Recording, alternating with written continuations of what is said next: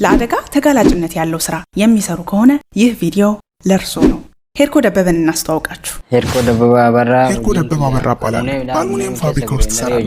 እንደ ብዙሃን የሀገራችን ዜጎች ሄርኮም የተሻለ ህይወትን አልሞ ወደ ዱባይ መጥቷል። ግን ድንገተኛ ጉዳት ደረሰበት። አሶ ጀታጅሩ ማሽኔ ናምን ብራ ኦብነት አልሙኒየም መቁረጥ ነበር።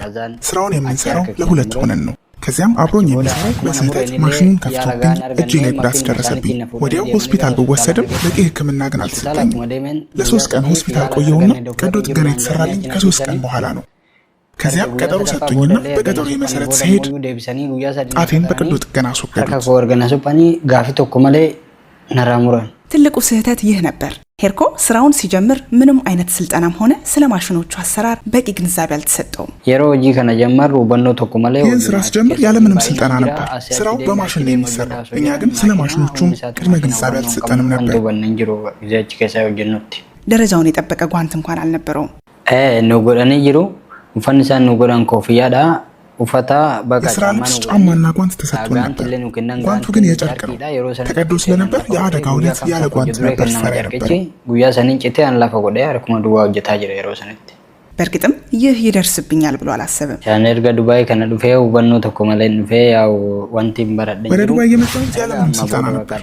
ነገር ግን አሁን ብዙ ተምሬያለሁ። ለሌሎችም ምሳሌ መሆን እፈልጋለሁ። ወደዚህ የሚመጡ ሌሎች ሰዎች ከኔ ተምረው አደጋ ሲደርስባቸው ቀድመው ለፖሊስ ወይም ለሚመለከተው አካል እንዲያሳውቁ እመክራለሁ። ወንድሞቼ፣ ባልደረቦቼ እንደ ድንገት አደጋ ከደረሰባችሁ ለፖሊስ ወይም ለአምቡላንስ እንድትደውሉ እመክራችኋለሁ። ከአደጋው በኋላ ተገቢውን ድጋፍና ካሳ ከካምፓኒው ማግኘት ይቸገርና ፍትህን ፍለጋ ይወጣል።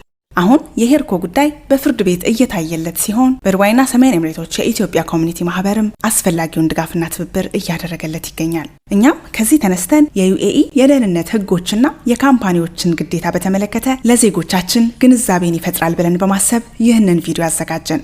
በዩኤኢ ውስጥ ለአደጋ ተጋላጭነት ባላቸው ስራዎች ማለትም በኮንስትራክሽን ስራ፣ በመስታወት መቅጠም ስራ፣ በኬሚካል ፋብሪካዎችና በጽዳት ስራዎች ላይ ተሰማርታችሁ ያላችሁና ለመሰማራት ያሰባችሁ በርካታ ኢትዮጵያውያን ወገኖቻችን አላችሁ። ታዲያ ይህ ቪዲዮ ለእናንተ ነው።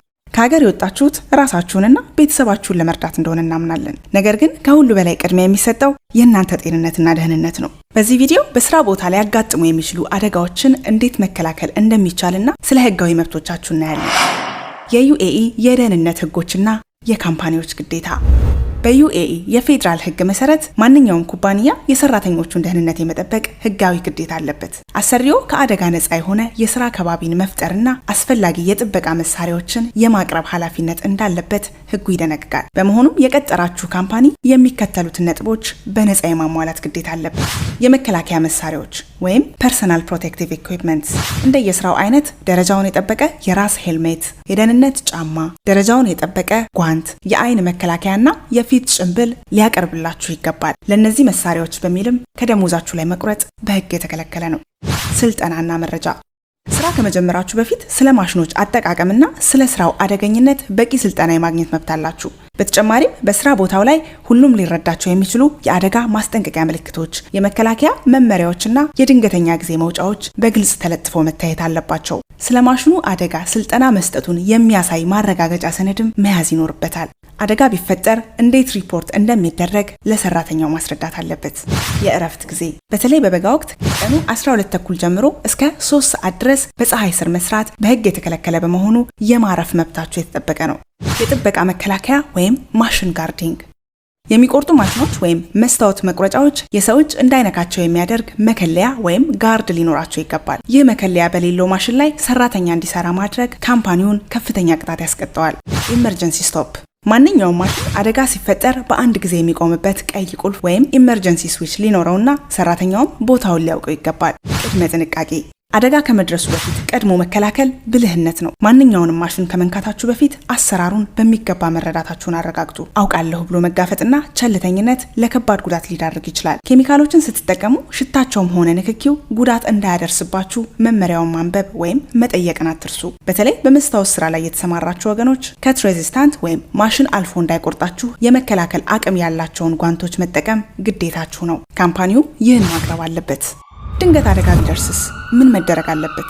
አደጋ ቢፈጠር መደናገጥ አያሻም። ጉዳት ቢደርስና በመጀመሪያ ደም የሚፈስ ከሆነ የተጎዳውን አካል በንጹህ ጨርቅ ተጭኖ በመያዝ ደሙን ለማቆም መሞከርና በስራ ቦታው ያለውን የመጀመሪያ እርዳታ ወይም ፈርስት ኤድ መጠቀም ያስፈልጋል። በጣም ወሳኙ ነገር ግን አደጋው እንደደረሰ ወዲያው ለሱፐርቫይዘር ወይም ለሴፍቲ ኦፊሰር ሪፖርት ማድረግ ነው። ከዚያ ደግሞ ለፖሊስ ማሳወቅ። ለፖሊስ ስታሳውቁ ማስረጃ እያያዛችሁ ነው። ምክንያቱም አንዳንድ ካምፓኒዎች የተጎዳው በስራ ላይ ሆኖ አይደለም፣ ካሳ አንከፍልም፣ ተገቢውን ድጋፍና እንክብካቤ አናደርግም ወይም ካምፓኒው የሚጠበቅበትን ሁሉ አሟልቷል፣ ስልጠናም ሰጥተናል፣ የራሱ የሰራተኛው ግዴለሽነት ነው ብሎ ቢከራከር መረጃ ከሌላችሁ ፍትህ ለነሱ ያደላና ድርብ ጉዳት ይሆንባቸዋል። ነገር ግን አስቀድማችሁ ፖሊስ ጋር የደወላችሁ እንደው ፖሊስ ራሱ አምቡላንስ ስለሚልክ ወደ ሆስፒታል ስትወሰዱ ሙሉ መረጃችሁና ሁኔታችሁ እንዲሁም የነበራችሁበት የስራ ኢንቫይሮንመንት በደንብ ስለሚመዘገብ ትክክለኛውን ፍትህ ለማግኘት ይህ መረጃ ያግዛችኋል። ነገሩ እዚያ እንኳን ባይደርስ ተገቢ ሕክምና ለማግኘትና ለኢንሹራንስ ጥያቄ እጅግ አስፈላጊ ነው። ልብ ይበሉ፣ ጉዳቱ ከባድ ከሆነ ካምፓኒው ሰራተኛውን በአስቸኳይ ወደ ሕክምና ተቋም የመውሰድ ግዴታ አለበት።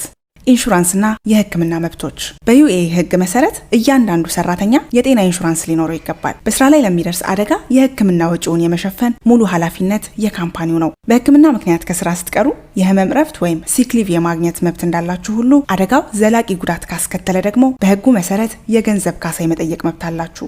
ውድ ዜጎቻችን፣ ስራ ክቡር ነው። ነገር ግን ህይወታችሁ ከምንም በላይ ይቀድማል። ሴፍቲን መጠቀም ለድርድር የማይቀርብ ጉዳይ ነው። መብቶቻችሁን እወቁ፣ ደህንነታችሁን ጠብቁ። ከላይ የተጠቀሱት ህጎች ከፌዴራል ዲክሪ፣ ሚኒስቴሪያል ዲሲሽን፣ አድሚኒስትሬቲቭ ዲሲሽን እንዲሁም ካቢኔት ሪዞሉሽን፣ ኤግዜኪቲቭ ሬጉሌሽንስ ዲክሪ ሎ 33 የተጠቀሱ ናቸው። አጠቃላይ ህጎቹን በሞሆሬ ኦፊሻል ዌብሳይት www.mohore.gov.ae ላይ መመልከት ይቻላል። ቸር ሰንብቱ።